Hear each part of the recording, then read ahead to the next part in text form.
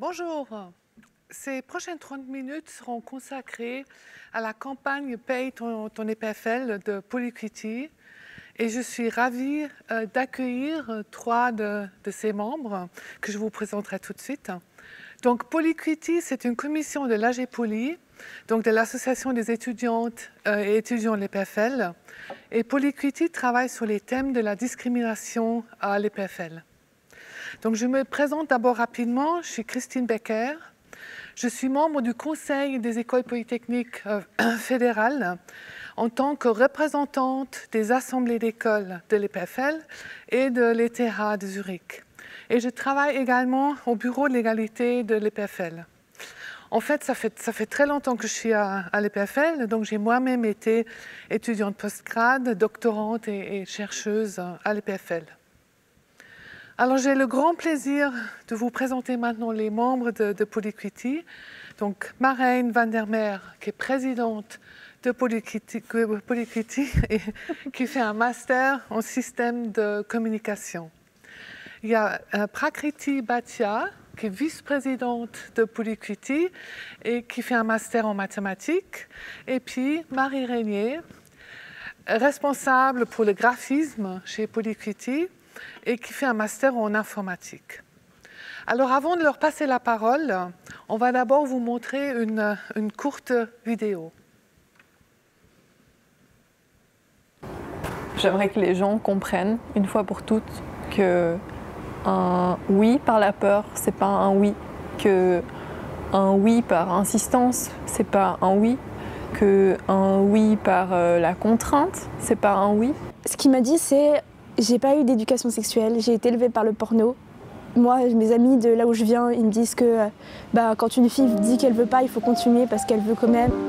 C'est chiant quoi, parce que moi je suis venue là pour étudier, pour me faire des potes, pour être une camarade, mais avant tout ça, en fait, je suis une proie. C'est juste pas possible que nous, on connaisse toutes quelqu'un, une fille à qui c'est arrivé et que apparemment personne chez les gars est au courant que ça existe et que ça arrive à l'EPFL. Et du coup,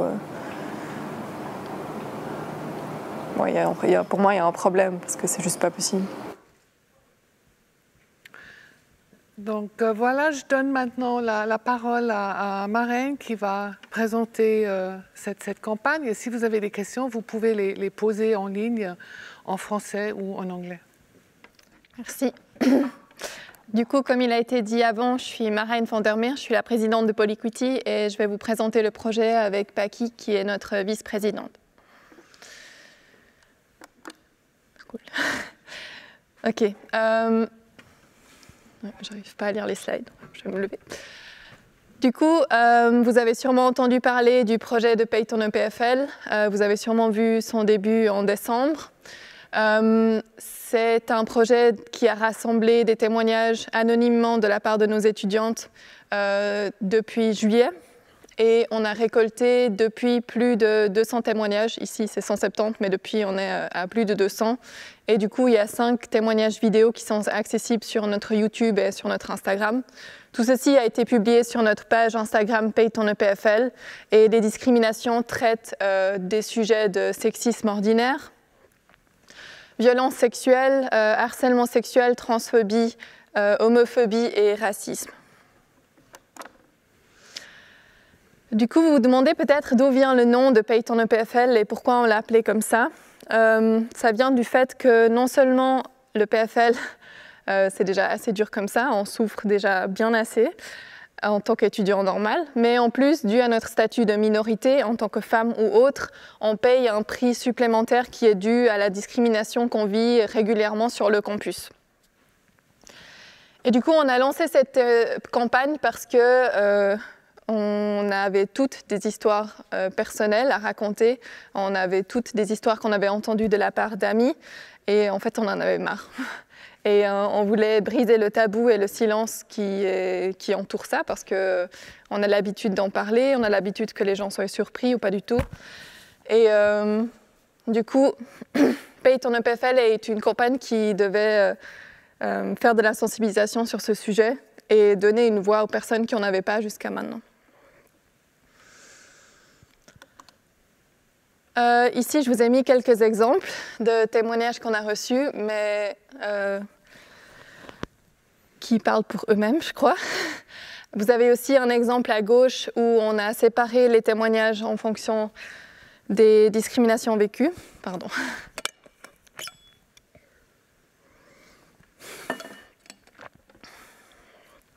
C'est pas toujours facile d'en parler.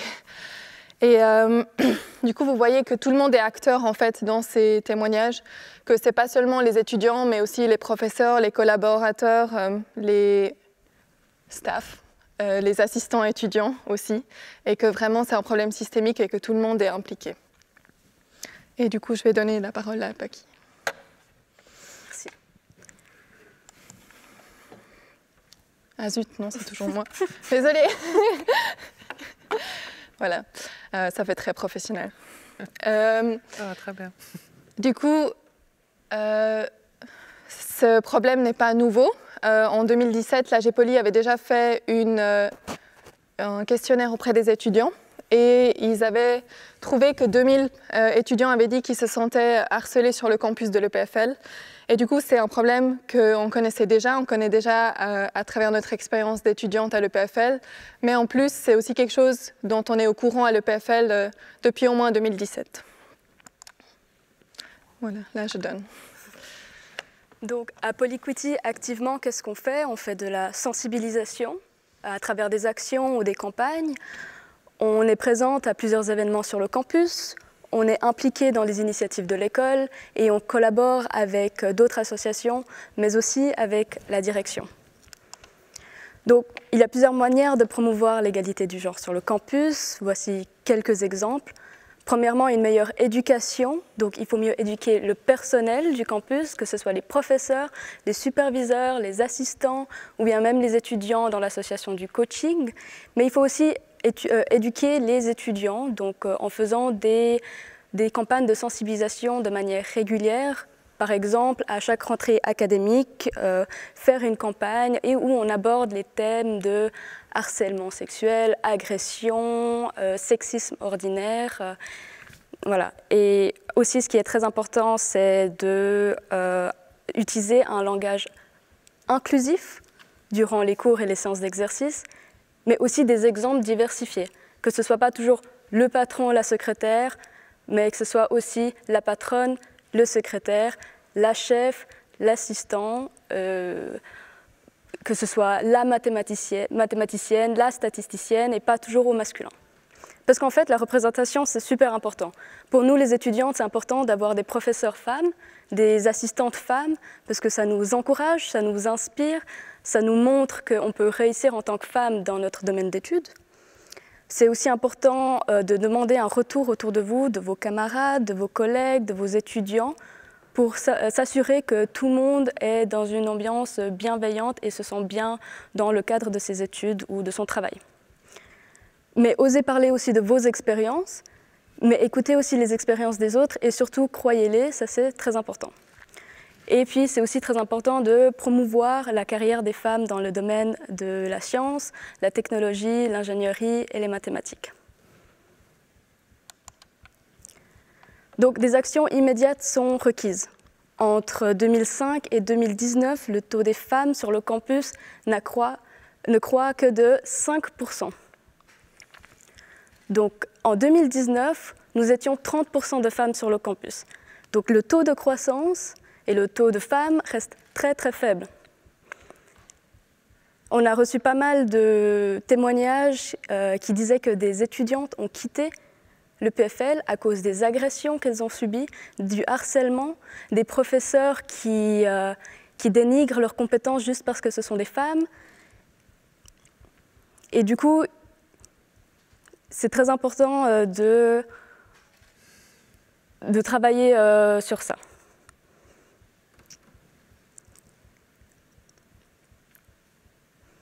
Ouais, ça t'as raison, c'est difficile d'en parler. C'est dur à dire personne. Du coup, c'est pour ça qu'il faut vraiment qu'on travaille ensemble, tout de suite, maintenant, rapidement et efficacement, pour rendre ce campus sain, invitant et sécure pour les femmes. Donc, je finis ça sur une note pas très joyeuse. Mais merci pour votre attention. Vous pouvez trouver les témoignages sur notre compte Instagram paytonepfl ou sur le site polyquity.agpoly.ch, en espérant que bientôt il n'y aura plus autant de témoignages à lire. Merci beaucoup. Et puis, merci d'avoir eu le courage d'avoir lancé cette campagne et puis de l'avoir présentée. Je vous remercie très sincèrement. Donc, on va passer à quelques questions, une discussion. Et donc, ensuite, on passera aux questions du public. Juste peut-être au préalable, cette campagne, elle a déjà déclenché des actions à l'EPFL et puis au-delà. Mais les résultats montrent bien qu'on a vraiment besoin d'un changement de culture. Donc, première question, avez-vous été surpris du nombre de témoignages? Parce que j'ai entendu que vous avez même reçu aussi des témoignages de l'ETH. Alors, on n'a pas été surprise par la nature des témoignages, parce qu'on savait que c'était déjà un problème. Il y a le sondage de l'AGPOLY qui montre qu'on le savait depuis longtemps. Mais c'est vrai que le nombre de témoignages, on a été surpris parce qu'il faut beaucoup de courage pour témoigner.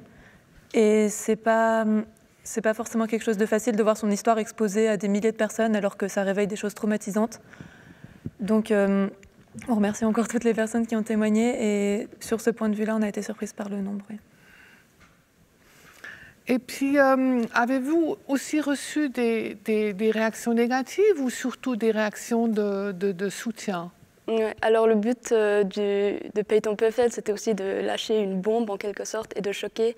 Et forcément, après n'importe quelle bombe lancée, il y aura toujours un retour négatif. On en a eu pas mal, des personnes qui ne supportaient pas l'initiative. Mais heureusement, ça a été contrebalancé par énormément de mots de soutien et d'encouragement, que ce soit des amis, des abonnés sur notre compte, la direction ou les autres associations. C'était super aussi. Et puis, avez-vous déjà vu des changements suite à la campagne, suite au lancement de la campagne? Alors, au niveau de l'EPFL, il y a eu déjà quelques changements. Donc, il y a des task force qui ont été créées contre le harcèlement. L'AGPOLY a pris une initiative aussi de créer une charte contre le harcèlement et les agressions sexuelles qui a été signée par les commissions. Et il y a eu des workshops qui ont été organisés également pour pouvoir... où il y a eu 130 personnes en fait, qui ont participé de toutes les commissions de l'AGPOLY pour réfléchir à comment avoir des organisations et des associations plus saines pour tous les étudiants et les étudiantes. Ensuite, au niveau des étudiantes et des étudiants, on a aussi senti un changement parce qu'on est passé de quelque chose qui n'était pas vraiment un sujet pour les personnes non concernées, donc qui n'était pas forcément débattu, parlé, etc., à quelque chose qui est vite devenu un énorme sujet de conversation dans les semaines et les jours qui ont suivi la publication.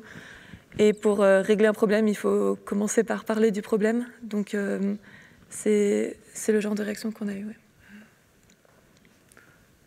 Et puis bon, peut-être aussi on peut mentionner au niveau fédéral, puisque il y a eu la commission qu'on appelle VBK, donc de l'économie, l'éducation et puis la culture, qui a déposé une motion pour que l'ETH et puis l'EPFL fassent une campagne de sensibilisation.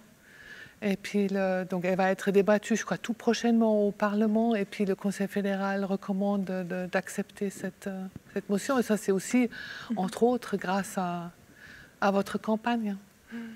Je ne sais pas si vous voulez ajouter quelque chose.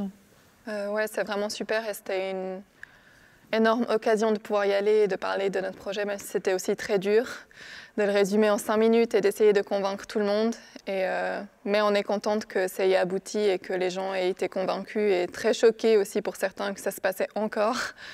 Une réaction qu'on a l'habitude de voir, que les gens sont très choqués. Et du coup, vraiment une excellente opportunité et ouais, juste incroyable. Puis bon, vous avez déjà dans votre présentation parlé des mesures qui, selon vous, sont nécessaires. Et puis, oui, vous l'avez rementionné maintenant. Mais selon vous, quelles sont vraiment les mesures les plus urgentes et puis les plus importantes? Pour nous, déjà, ce qui est très important, c'est que les étudiants soient bien avertis de ce qui se passe actuellement, des task force, et qu'il y ait énorme transparence de la part de la direction là-dedans.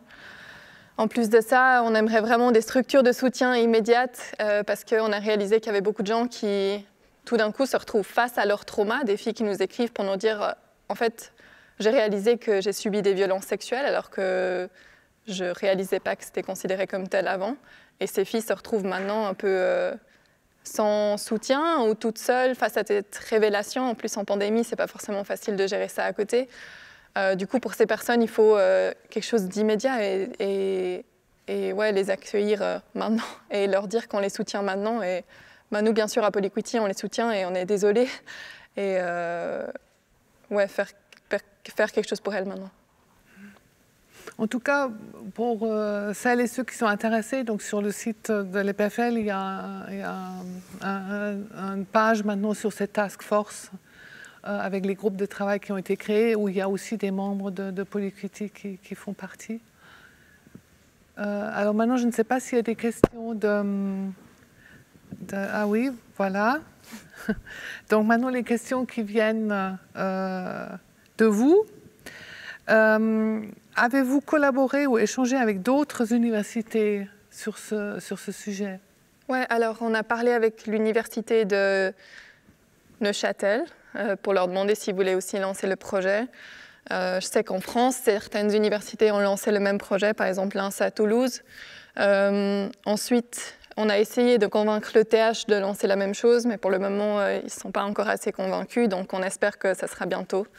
Mais il y a aussi l'université de Saint-Gall qui veut lancer le même projet, donc ça se répartit. Et bien sûr, l'Uni maintenant qui a lancé aussi Payton UNIL, donc les autres universités sont aussi intéressées. Une autre question, est-ce que les étudiants et étudiantes étaient réceptifs à la campagne? Comme on a dit avant, on a eu toutes sortes de réactions. Je pense que la majorité était clairement réceptive. On a eu énormément de mots de soutien, mais aussi énormément de témoignages. Le premier jour, on a publié une quarantaine. 2-3 jours plus tard, on en avait plus de 150. Donc beaucoup de personnes ont participé. Après, bien sûr, il y a toujours des personnes plus négatives et qui n'ont pas apprécié la campagne, mais voilà, on n'y peut rien. En fait, au total, vous avez reçu combien de témoignages? Plus de 200. Est-ce que vous avez vous-même, une question un peu dure, songé à quitter l'EPFL pour ces raisons? Moi, jamais. Moi non plus, jamais. Moi non plus, heureusement. Ouais. Mais je trouvais dur que vous avez reçu des témoignages d'étudiantes qui effectivement ont quitté pour ces raisons-là. Mais ouais, pour rebondir là-dessus, justement, c'était un peu difficile d'en parler plus tôt, de se rendre compte qu'on ne peut pas poursuivre nos études, pas parce que les études en soi sont difficiles ou ne nous correspondent pas, mais parce qu'on est agressé aux soirées, parce que les profs nous font des remarques, parce que les assistants ne veulent pas répondre à nos questions parce qu'on est des femmes. Enfin, ça me prend un peu aux tripes, pour dire. Ouais. Alors parce qu'on peut sentir peut-être que l'atmosphère qu'on ressent ici, elle sera la même tout au long de notre carrière professionnelle et que ça décourage alors de se dire qu'on va passer toute notre vie à subir ça. Donc vous voulez dire dans un cadre professionnel où les femmes sont en minorité? Oui. Comment gérer le cas des professeurs qui perpétuent cette situation? Ça, c'est très difficile parce qu'il y a ce statut d'autorité avec les professeurs et les étudiants. C'est beaucoup plus difficile de confronter un professeur ou un assistant plutôt qu'un camarade. Et c'est pour ça qu'en fait, il nous faut un établissement à part, une troisième partie, en fait, comme un lieu pour pouvoir se confier, qui s'occuperont de nos problèmes. Et ce n'est pas à nous de confronter un professeur tout seul parce que ça, c'est impossible, quoi. Alors, est-ce que Polyquity travaille aussi avec des publics plus jeunes? On vous demande de tout faire pour accroître les connaissances dès le plus jeune âge. Alors ça, c'est moins nous. Il y a d'autres structures de l'EPFL qui s'occupent de ça, comme normalement, ils en ont déjà parlé avant notre présentation. Mais non, c'est moins nous, ça. Oui, donc c'est le service, la promotion des sciences qui est dirigée par Farnaz Moser, qui a beaucoup de projets pour les jeunes, notamment bien sûr aussi des projets qui ciblent vraiment les filles.